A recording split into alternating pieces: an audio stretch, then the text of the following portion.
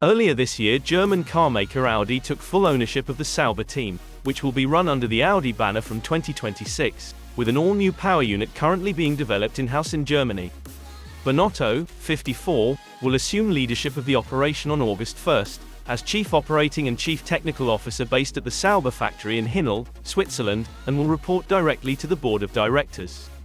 As part of the restructure, former McLaren team principal Andreas Seidel, who joined Sauber in January 2023 and was CEO of the Audi team, is leaving, along with Audi executive Oliver Hoffmann, who was overseeing the project.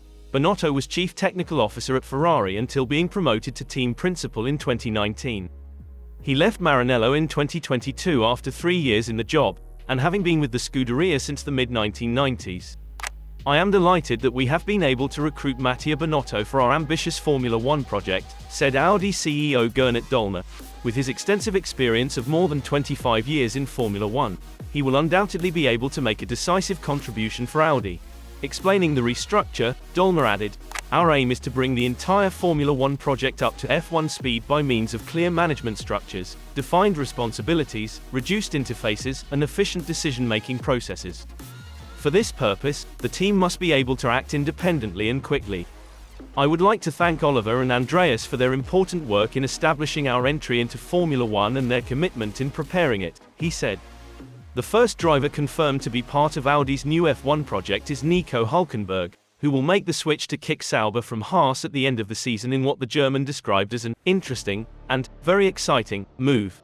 "It's really a white piece of paper for the 2026 regulation changes, and on one side I think that's good," said Hülkenberg, whose teammate for 2025 and beyond has yet to be confirmed by the operation.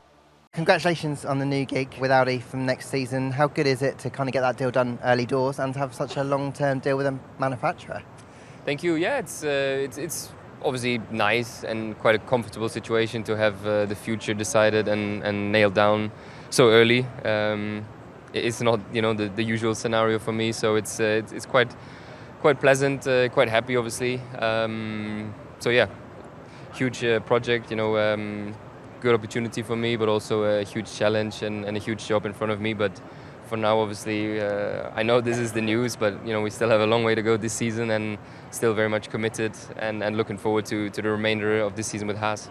You mentioned that long way to go. You've got a good car at the minute as well, one that seems competitive across qualifying and the race. What do you expect this weekend at a very different street circuit in Miami?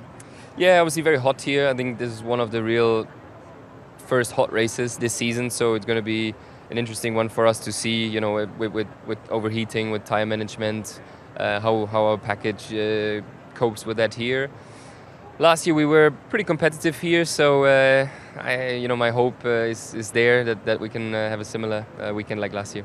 Finnish driver Valtteri Bottas and Chinese racer Zhou Guanyu have represented the Hinel team since 2022, but the futures of both drivers are unknown beyond the end of the current campaign.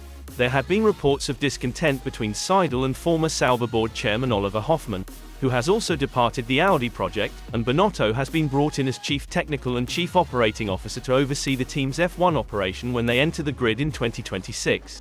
It's a massive piece of news for the sport's newest entrant next season, make no mistake. Almost 2 years on from Audi's official announcement of its Formula One entry, the smiles of that day are a long and distant memory.